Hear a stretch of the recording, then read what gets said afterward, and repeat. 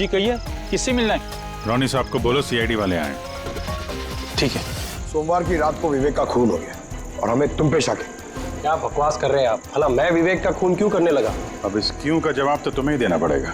मैं विवेक के खून के बारे में कुछ नहीं जानता। ये तो अभी अभी आप लोगों ने बताया, वो मैं जानता हूँ। देखो, ज्यादा भोलेपन का नाटक मत करो। साफ साफ बताओ, विवेक को क्यों मारा तुमने? सर, मैंने विवेक का खून नहीं किया है, और वैसे भी उसके घर के बाहर सिक्योरिटी गार्ड थे, तो कोई कैसे उसके घर में घुसकर मार सकता है? सिक्योरिटी गार्ड्स कुछ नहीं कर पाए क्योंकि उन्हें कोई दिखाई नहीं। क्या मतलब? मतलब ये है कि एक ना दिखने वाला इंसान विवेक के घर में आया और उसने लाइट के जंक्शन बॉक्स के साथ कुछ छेड़छाड़ की, जिससे लाइट चली गई। सर, लाइट चली गई? मैं पता लगाता हूँ। नहीं मिस्टर रॉनी, आप बाहर नहीं जाएंगे, अभी तो रुकिए। आपकी जान को खतरा है, ये वही खूनी हो सकता है।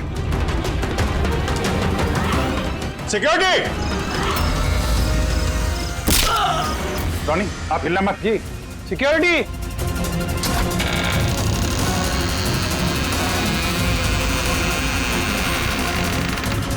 कौन है उधर? चल, चल, हैं? यहाँ पे? कौन है? कोई था यहाँ पे? कौन है? हैं? कोई दिखा? नहीं। रोनी, हिलना मत। सिक्योरिटी, लाइट ऑन करो। मैं भाग जाता हूँ। देखो। Oh no, Pankaj!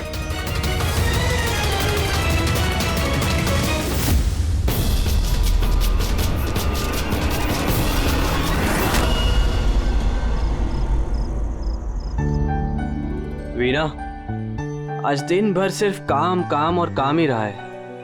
शरीर भी थक गया है, पूरी बॉडी दर्द दे रही है। विवेक, 24 घंटे सोचोगे तो बॉडी तो पेन होगा ना। अब इतना बड़ा बिजनेस करना है तो सोचना तो पड़ेगा ही ना। थोड़ा सोच समझ के काम करोगे तो दिमाग पे प्रेशर कम पड़ेगा ना। ये कोई गुड्डे गुड्डियों का खेल नहीं है जो चुटकी बजाते ही काम शुरू हो जाए और चुटकी बजाते ही खेल खत्म। समझ रही हो? ठीक है, एक काम करती हूँ, मैं लोकेश को बुलाती हूँ, वो तुम्हारी मालिश कर देगा अच्छे से। ठीक है? मालिश नहीं, बस गर्मा गर्म एक गिलास दूध मेरे लिए लेकर आ जाओ ताकि सारी थकान दूर हो जाए। अच्छा, तो अभी लेके आए। Please, thank you.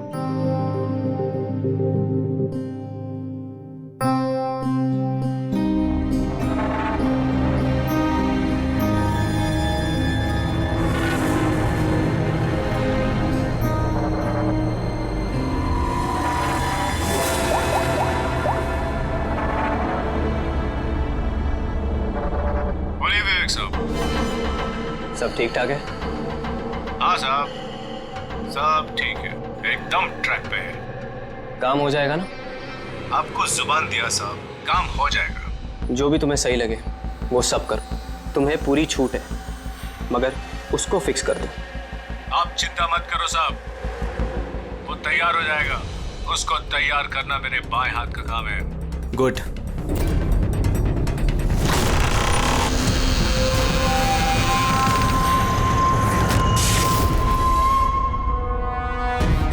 ये लाइट्स को क्या हो गया? वीना, वीना तुम हो?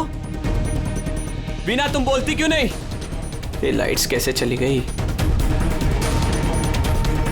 लोकेश, वीना,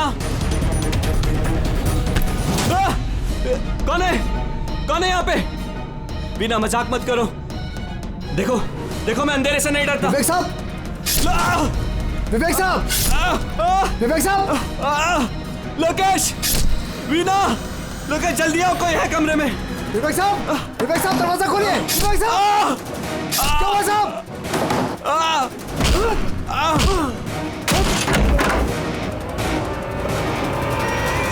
विवेक साहब! मालकिन! विवेक साहब! विवेक साहब! विवेक साहब! मालकिन!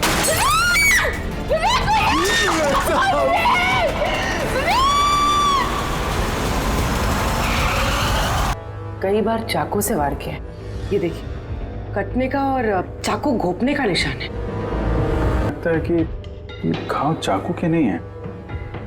ऐसा क्यों लगता है सर आपको? ये देखो, ये जो घाव के पैटर्न देख रहे हो, एकदम बराबर बराबर है, एक ही साइज के, और ये ज्यादा गहरे नहीं है। अगर चाकू का घाव होता तो बड़ा होता, गहरा होता और ऐसे पैटर्न में नहीं बनता। मतलब सर चाकू जैसा ये कोई छोटा हथियार है और उसे बार बार मार के खून किया। लगता तो ऐसा ही है यार। आप कहाँ थे आप जब ये खून हुआ? साहब मैं नीचे अपने कमरे में था। जब विवेक साहब की चीखने की आवाज सुनी तो मैं दौड़ के ऊपर आया। साहब मैंने दरवाजा खोलने की बहुत कोशिश की लेकिन दरवाजा अंदर से बंद था। विवेक साहब अंदर से जोर जोर से चिल्ला रहे थे, इसलिए मैं दरवाजा तोड़ के अंदर गया और मैंने देखा कि जब दौड़ के अंदर आए तो आपने खूनी को नहीं देखा यहाँ पे? यही तो अजीब है साहब, खूनी दिखा ही नहीं। दरवाजा बंद था अंदर से? हाँ साहब।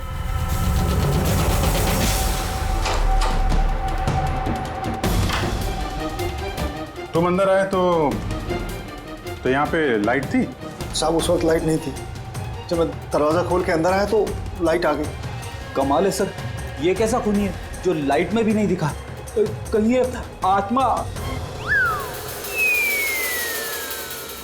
ये भी तो हो सकता है कि जब कमरे में अंधेरा था उसी वक्त खूनी दरवाजे से बाहर गया। साहब ऐसा बिल्कुल नहीं हो सकता। साहब अगर खूनी दरवाजे से अंधेरे में भी गया होता तो मुझे जरूर दिखा होता। मेरी आंखें बिल्कुल ठीक है साहब। कमरे से बाहर जाने का और कोई रास्ता तो दिख नहीं रहा है। वही तो, कमरे से बाहर जाने का एक ही रास्ता है, वो है ये दरवाजा। दरवाजा अंदर से बंद था और लोकेश ने ये दरवाजा खोला और इसने तो यहाँ पे खूनी को देखा नहीं। कमाल है।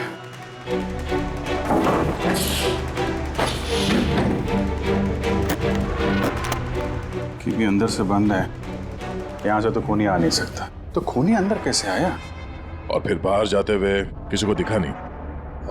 सर मेरी दादी एक भूतिया कहानी सुनाती थी। पंकज, एक तो ये कहानी नहीं है, हकीकत है, और ये भूतिया नहीं है। सर ये हकीकत है लेकिन भूतिया ही लगता है ना। कोई यहाँ पर आता है, बिना हथियार के खून करता है और चले जाता है। कहाँ से? जाने का तो यही एक रास्ता है, ये दरवाजा।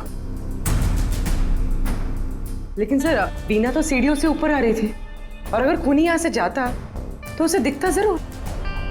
कमाल है यार, ये लाइट का आना जाना, इसका कुछ ना कुछ कनेक्शन है इस केस के साथ। लाइट का जंक्शन बॉक्स कहाँ पे है?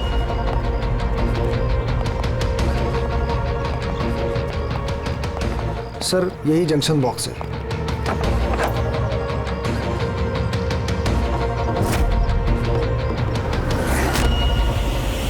इधर आओ जरा। कल तुम ही ड्यूटी पे थे? मैं तो गेट पे था साहब। तुम्हारे गेट पे रहते कोई घर में घुस के खून कर गया, तुम्हें पता नहीं चला? देखिए साहब, मैं अपनी ड्यूटी पे अलर्ट रहता हूँ, ना कोई अंदर आया है ना कोई बाहर गया है। अलर्ट? तो क्या खूनी हवा में आया, हवा में गायब हो गया है? ये लाइट स्विच ऑफ किसने की थी यहाँ से? पता नहीं साहब, अचानक ऑफ हो गई। मैंने सोचा फ्यूज उड़ गया हो। या कोई स्पार्क वार्क हुआ था जंक्शन बॉक्स में? नहीं साहब, स्पार्क नहीं हुआ था, लाइट चली गई और जैसे लाइट चली गई मैं जंक्शन बॉक्स की तरफ दौड़ा। देखा बाकी सबके घर में लाइट है, हमारी क्यों नहीं? और देखा साहब जंक्शन बॉक्स खुला था, जंक्शन बॉक्स का स्विच भी बंद था और मैंने ऑन किया साहब। जैसे ही ऑन किया लाइट आ गई। कोई तो आया था यहाँ पे जिसने लाइट के साथ छेड़छाड़ की है। विवेक की बीवी वीना, उससे भी पूछ लेते हैं।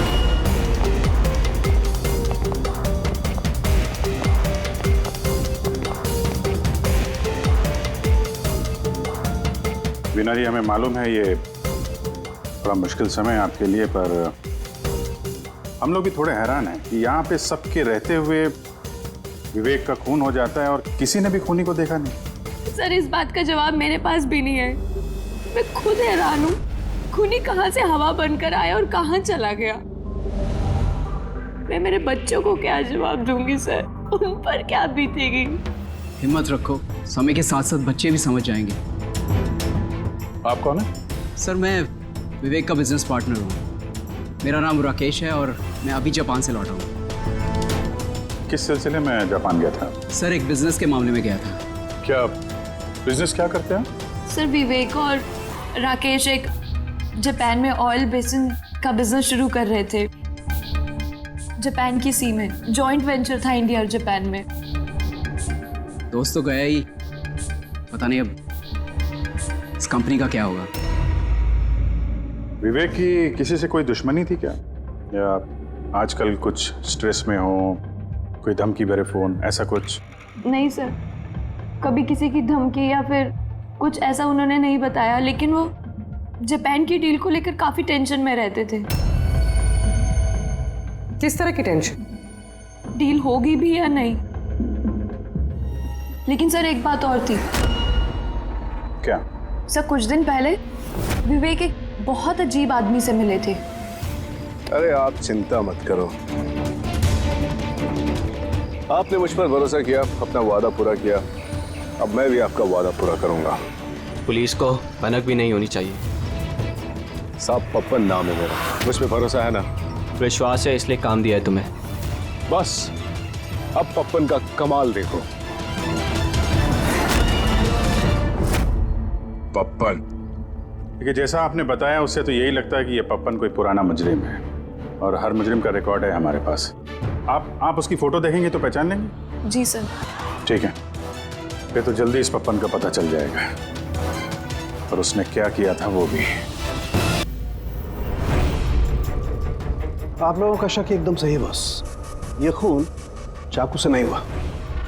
तो फिर किस हथियार से हुआ जो कोई भी देख नहीं पाया, यहाँ तक कि लोकेश को भी वो हथियार दिखाई नहीं पड़ा? हाँ बॉस, हथियार भी नहीं नजर आया और कमाल की बात है खूनी भी दिखाई नहीं दिया। ये तो पहली हो गई, खून हुआ, खून ही नजर नहीं आया। घाव चाकू जैसे हैं लेकिन खून चाकू से नहीं हुआ। पहेली तो है अभिजीत, और इस पहेली को सॉल्व करने के लिए आप लोगों को कड़ी मशक्कत करनी पड़ेगी। देखो बॉस, हम लोग आत्मा में तो विश्वास नहीं करते, लेकिन साइंस से कुछ भी किया जा सकता है और मुझे लगता है किसी मॉडर्न साइंस की टेक्निक का इस्तेमाल किया गया है इस खून में। हाईटेक खूनी? हाईटेक ही हो सकता है, वरना ना दिखने वाले खूनी को लाइट्स ऑफ करने की क्या जरूरत है? माना कि ये खूनी हाईटेक है, मगर कहीं ना कहीं उंगलियों के निशान तो छोड़े होंगे ना उसने। बिल्कुल आए होंगे। तो फिर सर, जो क्राइम सीन से हमने उंगलियों के निशान लाए थे उनमें से एक निशान खूनी के भी होंगे। होने चाहिए थे दया, लेकिन अफसोस की बात यह है कि है नहीं।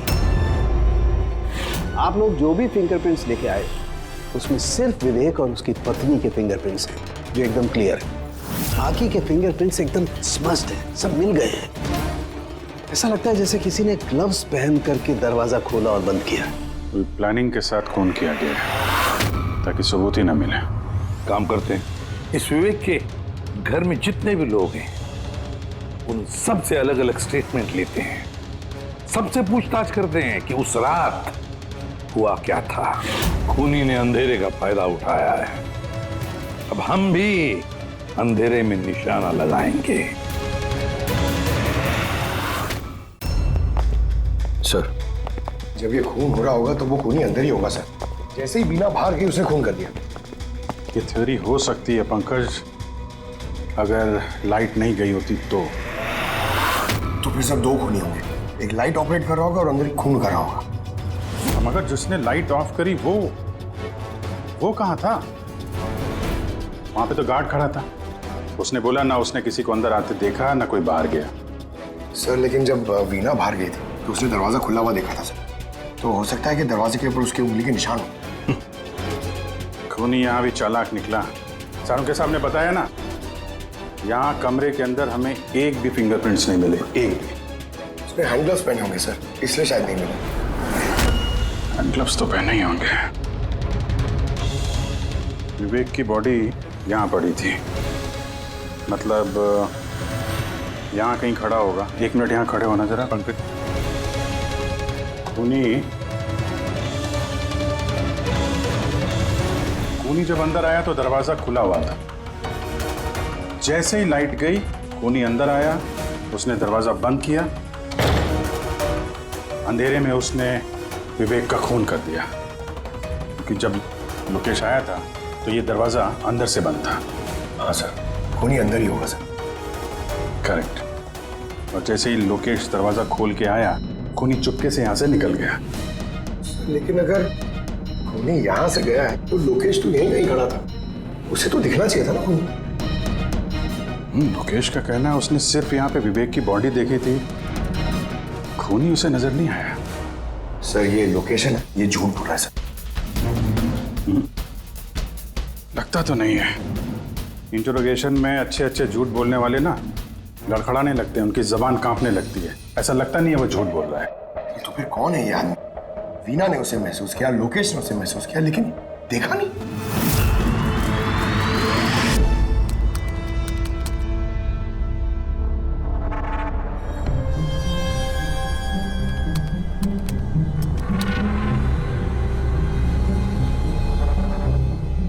सर, मरने से पहले विवेक ने जिस नंबर पे फोन किया था वो नंबर एक दिन पहले चोरी हो गया था और अब वो अनअवेलेबल आ रहा है। अनअवेलेबल है तो जरूर पप्पन का होगा। दया, पप्पन का नंबर होगा। क्या पता चला उसके बारे में? सर पूर्वी ट्रेस कर रही है, उसका क्रिमिनल रिकॉर्ड भी चेक कर रही है सर, बहुत जल्द पता चल जाएगा। यही है। यही है सर। हाँ सर ये देखिए सर, हमारे रिकॉर्ड्स में तो कई सारे पप्पन हैं, लेकिन वीना के बताए अनुसार ये वही आदमी जिसकी हमें तलाश है। सर ये वही आदमी है जिसे मैंने विवेक के साथ देखा था। हमारे रिकॉर्ड के हिसाब से तो ये मुजरिम बहुत ही खतरनाक है सर, खूनी है। और अगर विवेक ने इसे पैसे दिए हैं तो जरूर खून किया होगा इसने। और अभी ये बेल पे बाहर है और पुलिस स्टेशन पे हाजिरी देने के लिए जाता है रोज। कौन से पुलिस स्टेशन में जाता है ये हाजिरी देने के लिए?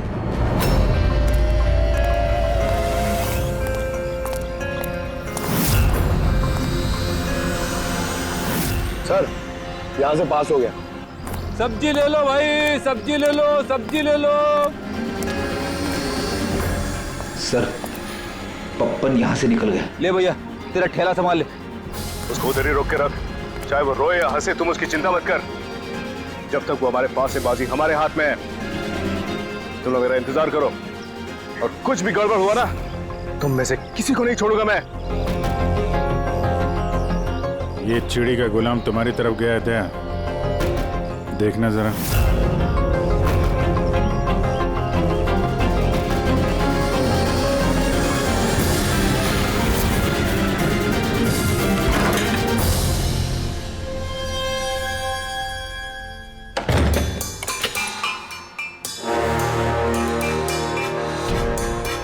कैसा लगा हमारा इनविटेशन भरत साहब? देखो देखो, आप लोग जो कोई भी हो, मुझे और मेरे बेटे को छोड़ दो।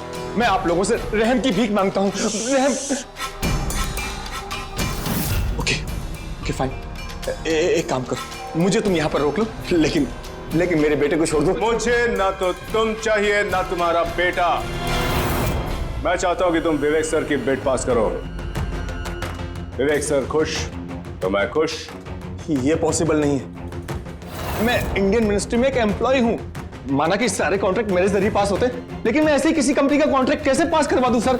मिस्टर भरत, तुम ना मामले की गंभीरता को नहीं समझ रहे हो। तुम्हारे बेटे के साथ क्या हो सकता है ये तुम सपने में भी नहीं सोच सकते। सपने में तुम भी नहीं सोच सकते कि अब तुम्हारे साथ क्या होने वाला है। सर मैं मिनिस्ट्री की तरफ से काम कर रहा था। जितनी भी सील बिड इंडियन फर्म्स की तरफ से होती हैं उसका इंचार्ज था मैं। चीनी या जापानी कंपनियों के पास अपने देश में नीलामी का कार्यालय था, लेकिन सभी भारतीय बोलियां उनके पास आई। किसी विदेशी कंपनी को भी कॉन्ट्रैक्ट मिला था क्या? नहीं सर, इसके बारे में सभी की कॉमन राय थी, क्योंकि भारतीयों के पास चीप लेबर और रॉ मटेरियल इजीली अवेलेबल था, इसलिए दूसरी विदेशी कंपनियों को कॉन्ट्रैक्ट मिलना मुश्किल था सर। सर इस नीलामी का चक्कर तो समझ में आ गया। इस विवेक ने नीलामी को अपने फेवर में करने के लिए इनके बेटे को किडनैप किया, मगर विवेक को किसने मारा होगा और क्यों? ये काम तो जरूर किसी इंडियन कंपनी का ही है जो विवेक का कॉम्पिटिटर था।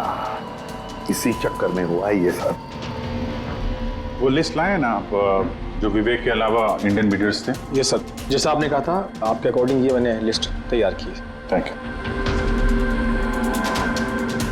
कार्तिक, विवेक, इन दोनों के अलावा राकेश, प्रमेश, शिवानी, रोनी और नवीन। अच्छा भरत जी, इनमें से आपको कौन लगता है जो विवेक के खिलाफ बोली लगाने वाला सबसे ज्यादा? सर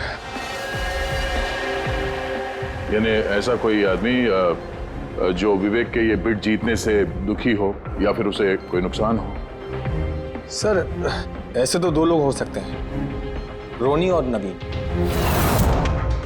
रोनी और नवीन, तो फिर मिल लो, इस रोनी और नवीन से पूछताछ करो उनसे, पता तो चले है कौन ऐसा जो बिना दिखे भी खून कर सकता है।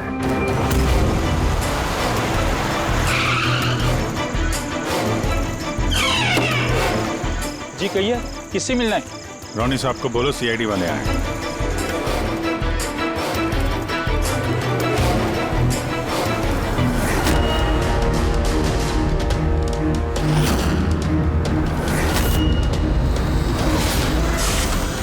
सर लाइट चली गई? मैं पता लगाता हूँ। नहीं मिस्टर रोनी, आप बाहर नहीं जाएंगे, अभी तो रुकिए, आपकी जान को खतरा है, ये वही खूनी हो सकता है।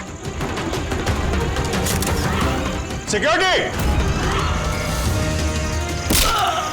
रोनी आप हिलना मत। सिक्योरिटी! सर यहाँ कोई है? कोई है? सर यहाँ कौन है इधर? कौन है? मिस्टर रोनी आप हिलना मत। सर मैं देखता हूँ, देखो। पंकज! ओह नो, रोनी! साहब, सबको क्या हुआ? एक मिनट। He's no more. बाहर जाते हुए कोई दिखा था क्या? नहीं सर मैं वहाँ जंक्शन पे गया, लाइट ऑन की और देखा कि हमारा दूसरा सिक्योरिटी गेट के पास बेहोश पड़ा हुआ है और मैं अंदर आ गया सर। हेलो सर, हम रोनी को बचा नहीं पाए। He's dead. ऐसा कैसे हो सकता है अभिजीत? खून तुम्हारे सामने हुआ और तुम कह रहे हो कि तुमने खूनी को देखा तक नहीं?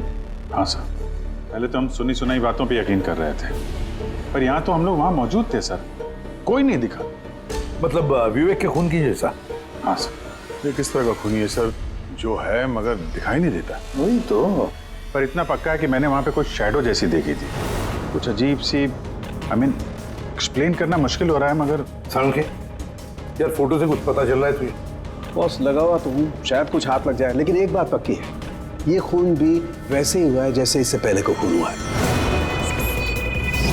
ये देखो, बस ये देखो, यहाँ फोटो में ये हल्की सी रोशनी में ये कुछ आकृति दिखाई दे रही है, शैडो जैसी, बिना आकार के।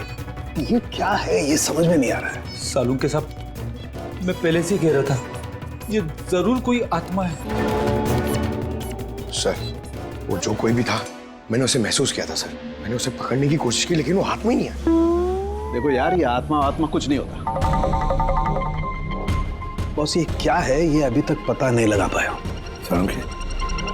ये किस किस्म का हथियार इस्तेमाल किया इस खूनी ने? ये है बॉस, ये हथियार है, इसे शूरिकेन कहते हैं बॉस। शूरिकेन?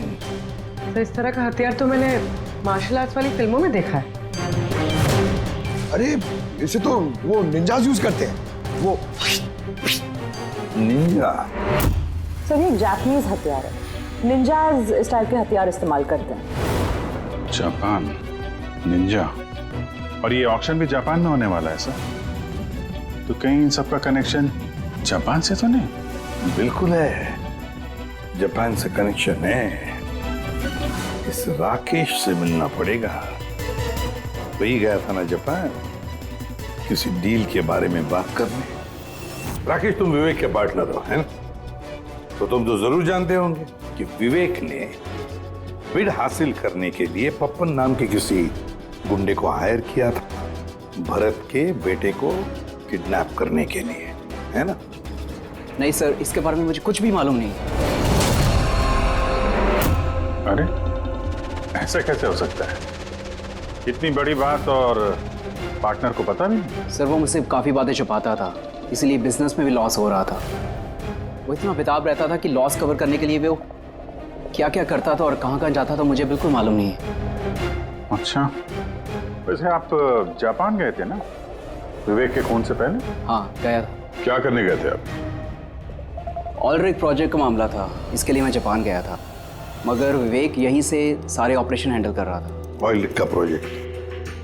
तो क्या प्रोजेक्ट था, जरा डिटेल में बताओ तो सही। जापान में एक द्वीप है जिसे ऐतिहासिक और पवित्र माना जाता है। वहाँ के लोग ऑलरिक प्रोजेक्ट को लगाने के लिए मना कर रहे थे। पवित्र समंती द्वीप? क्या पवित्र है उस आइलैंड में? कुछ पुराने योद्धाओं को वहां पे दफनाया गया था, जैसे समुराइज, रॉनिन्स और निंजास। सामुराई, रोनिन, निंजास, पुराने योद्धाओं को दफना दिया था वहां पर। सर ये कोई इत्तेफाक है या कुछ और? ये जो निंजास है ये पुराने दौर के हथियारे थे सर जापान में, पर आज भी काफी लोग इन लोगों को मानते हैं। तो वो लोग नहीं चाहते होंगे कि उस जगह पे ये ऑयल ड्रिलिंग हो और उन लोगों ने इन्हें। हाँ हो सकता है दया, हो सकता है, पर ये भी तो हो सकता है कि इन लोगों की आपसी दुश्मनी, कोई बिजनेस राइवल। सर ये नवीन तो नहीं हो सकता, क्योंकि जब दूसरा खून हुआ तब मैं और पूर्वी उसी के साथ थे। तो फिर ये बचे 3 बिडर्स, शिवानी, प्रमेश और कार्तिक, तीनों को बुला लेते हैं यहाँ पर। कार्तिक, प्रमेश, शिवानी, तो तुम 3 भारतीय थे विवेक के साथ बिड करने में जापान में, मगर डील हमारे हाथ में आई नहीं, और इसी वजह से विवेक और रोनी का खून हुआ है। कार्तिक आप कहाँ थे जब ये दोनों खून हुए? सर मैं मीटिंग में ही था, आप मेरे एम्प्लॉय से पूछ सकते हैं सर। और प्रमेश? सर मैं सामाजिक व्यक्ति हूँ, और सर इसके गवाह सर वो अफसर हैं, और सर जिस वक्त खून हुआ मैं उनका साथी था सर। तो ये भी तो हो सकता है ना कि ये खून तुम लोगों ने करवाया? सर हम क्यों खून करवाने लगे? सब अपने अपने नसीब का खाते हैं सर, और डील नहीं हुई तो क्या हुआ सर? कभी ना कोई डील तो हो ही जाएगी। वैसे आप कहाँ थे शिवानी जब ये खून हुआ? सर मैं जापान गई थी। और क्या करने गई थी आप जापान में? सर एक मजबूरी आ गई थी। मजबूरी? कैसी मजबूरी? सर कुछ विदेशी कंपनियां हमारी भारतीय कंपनियों के बारे में गलत अफवाहें उड़ा रही थी, उसी वजह से भारतीय कंपनियों को बहुत ही चिंता हो रही थी। तो हम वहाँ उनकी चिंता दूर करने गए थे और ये बताने गए थे कि भारतीय कंपनियां सबसे बेहतर होती हैं। और वैसे भी सर हमने अपनी बिड्स विड्रॉ कर ली थी, तो फिर हम क्यों मारेंगे उन्हें? और बिड्स विड्रॉ करने की कोई खास वजह? सर वजह सर ये थी कि हम लोग अपनी जिंदगी में सर टेंशन नहीं चाहते हैं, और सर हम लोग किसी भी तरह का कोई रिस्क नहीं चाहते हैं। सर हम लोग को सर जो भी मिल रहा है सर हम उतने में खुश हैं।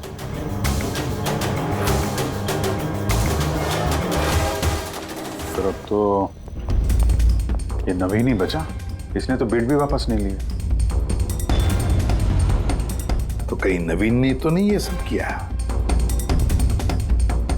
या फिर ये भी तो हो सकता है कि अगला शिकार नवीन ही हो। नवीन, तुमने बिड क्यों नहीं कैंसिल की जब सारे लोग पीछे हट गए थे? ऐसे कैसे मैं पीछे हट जाता? इस कॉन्ट्रैक्ट को पाने के लिए मैंने कितने महीनों मेहनत की है पता है तुम्हें? मुझे लगा कि अगर ये कॉन्ट्रैक्ट मेरे हाथ में आ गया तो मेरी सारी दुनिया बदल जाएगी। अब तो दुनिया से जाने की ही नौबत आ गई है। तुम समझते क्यों नहीं हो? अगर तुम चले गए तो मेरा क्या होगा? डरने की कोई बात नहीं है, हमें कुछ नहीं होगा। सीआईडी की पूरी टीम हमारे साथ है। अरे सीआईडी वालों के सामने वो मार के चला गया, और सीआईडी वाले क्या किए? कुछ नहीं कर पाए वो। सीआईडी की टीम पे भरोसा रखो तुम, हमें कुछ नहीं होगा। पंकज तुम्हें पता है ना हमें क्या करना है? Don't worry, I know. मैं आता हूँ।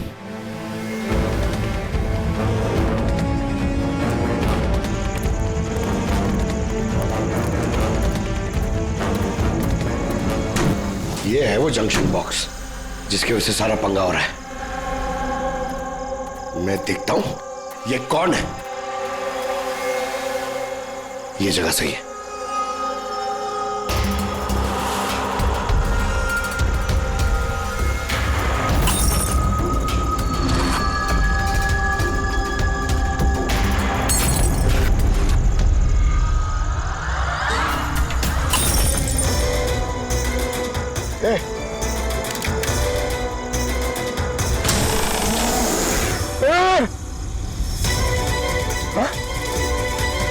कौन है?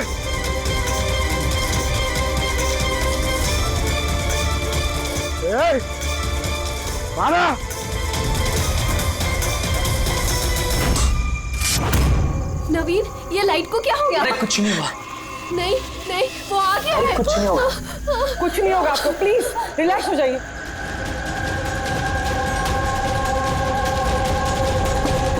रिलैक्स हो जाइए। नवीन, सामने आओ, वो तुम्हें मार डालेगा। अरे नहीं। कौन है यहाँ पे?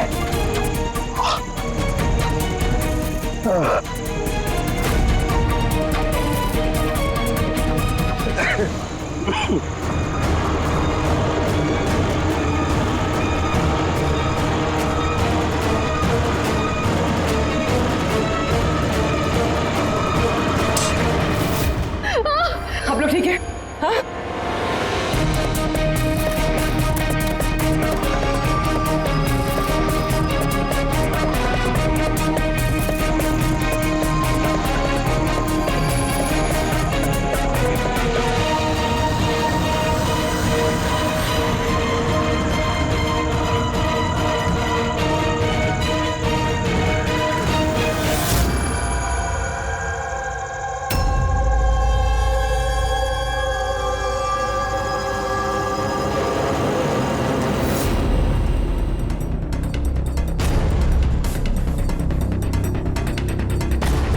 सर, मैंने वहां पर 6 गोलियां चलाई थी। उनमें से 5 गोलियां तो मिल गई, मगर एक गोली उस खूनी को जरूर लगी है। एक गोली खूनी को लगी है? तो पूरी तुम यकीन के साथ कैसे कह सकती हो कि 6 में से एक गोली खूनी को लगी है? क्या वहां पे कोई खून वगैरह गिरा था? नहीं सर, खून तो नहीं था वहां पर, लेकिन गोली लगने की आवाज जरूर आई थी। अगर गोली लगी है तो खून तो निकलेगा ही।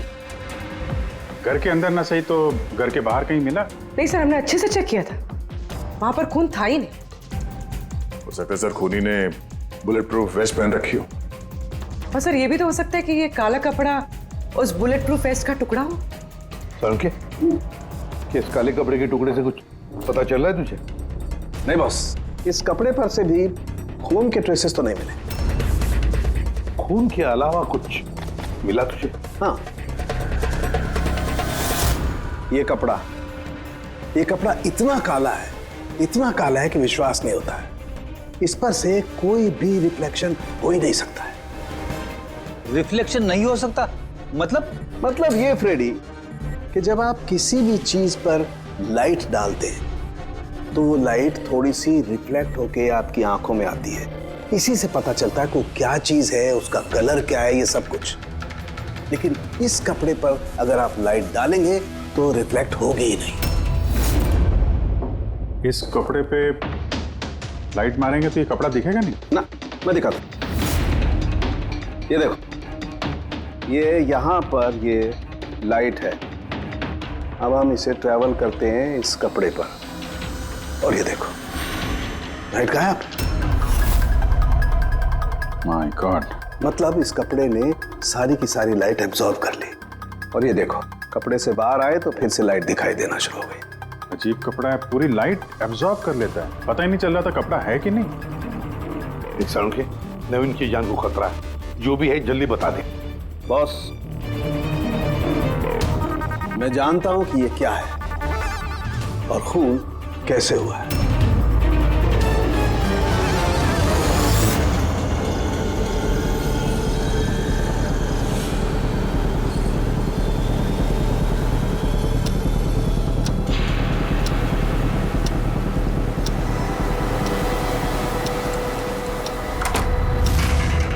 शिखा, क्या हुआ तुम्हें?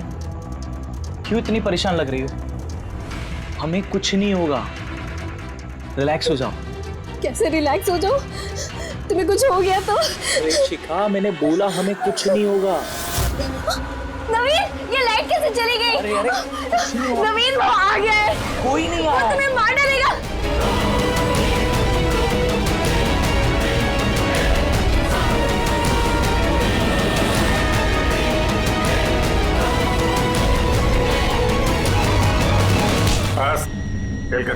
एक गिलास दूध अपने हाथों से लेकर आ जाओ, सारी थकान दूर हो जाएगी। अच्छा, अभी लेकर आती हूँ। Please, thank you.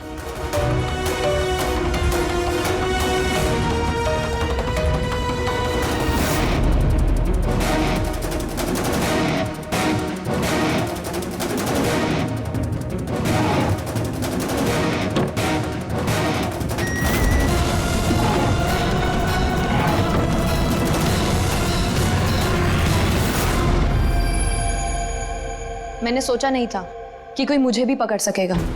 हमने भी नहीं सोचा था कि एक पत्नी अपने पति का खून कर देगी। अपराधी चाहे जितना दिमाग लगाकर अपराध को अंजाम दे, कहीं ना कहीं उससे कोई ना कोई गलती हो ही जाती है। मैंने तो कोई गलती नहीं करी, फिर भी आप लोगों ने मुझे पकड़ लिया। नहीं, गलती हुई तुमसे। ये कपड़ा पहन के तुमने बहुत अकलमंदी दिखाई थी, लेकिन इस कपड़े का टुकड़ा हमें खिड़की में से मिल गया। और खिड़की पे फंसा हुआ वो कपड़ा हमारे लिए सबूत बन गया, और उसी कपड़े की वजह से तुम हमारी पकड़ में आ गई। ये कैसा कपड़ा है सर? मैंने इसके बारे में पहले सिर्फ सुना था बॉस। मुझे पता नहीं था कि इसका इस्तेमाल किया जा सकता है, वो भी इस तरीके से। इसे जिस जिस व्यक्ति ने बनाया उसने अपने हिसाब से इसको नाम दिया, लेकिन एक बात पक्की है, ये दुनिया की सबसे ज्यादा काली चीज है। मैं तो कुछ समझा नहीं। सीधे तरीके से ये बात है फ्रेडी कि अगर इस कपड़े का कोई सूट बना करके पहन लेगा, वो व्यक्ति आपको दिखाई नहीं देगा तब तक जब तक कि उसके आसपास की सारी लाइट्स एलिमिनेट ना हो जाए। वो दिखाई नहीं देगा। अगर दिखाई देगा तो सिर्फ एक आकृति दिखाई देगी, एक छाया, वो भी बिना किसी रूप के। ये एक 3D से 2D में बदल जाने की प्रक्रिया है। अरे सर, कोई तो लाइट होगी जिससे ये दिखे। ऐसी कोई लाइट नहीं है, ना इंफ्रारेड लाइट, ना यूवी लाइट, ना ही लाइट स्पेक्ट्रम। अभिजीत, नवीन से कहो कि वो बिड विड्रॉ ना करे और ये इंफॉर्मेशन सब में फैला दो। सर, इस बात के फैलते ही उस पर फिर से हमला हो सकता है। यही तो हम चाहते हैं पूर्वी, यही तो हम चाहते हैं। ये ब्लैक फैब्रिक लाइट को एब्जॉर्ब कर लेता है, लेकिन हीट को एब्जॉर्ब नहीं करता। हीट को तो रिफ्लेक्ट करेगा ही। हम खूनी को पकड़ेंगे थर्मल विजन से।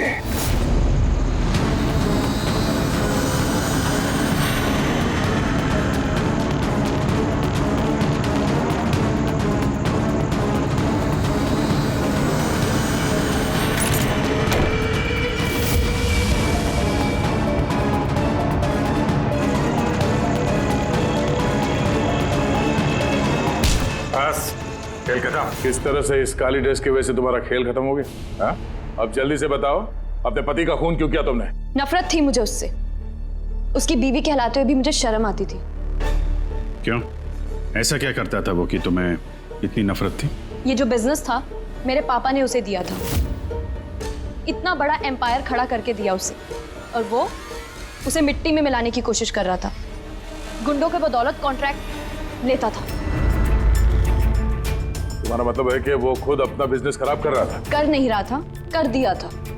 मेरी फैमिली बैंकरप्सी की गिनती में थी। बिजनेस खराब चल रहा था तो उससे बातचीत करती, उसे समझाती, उसे जान से मार दिया। मैंने उसे बहुत समझाने की कोशिश की थी, पर वो नहीं समझा, और मजबूरन मुझे ये कदम उठाना पड़ा। मुझे मेरे बच्चों के बारे में सोचना था, उन्हें तो मैं भूखा नहीं मार सकती।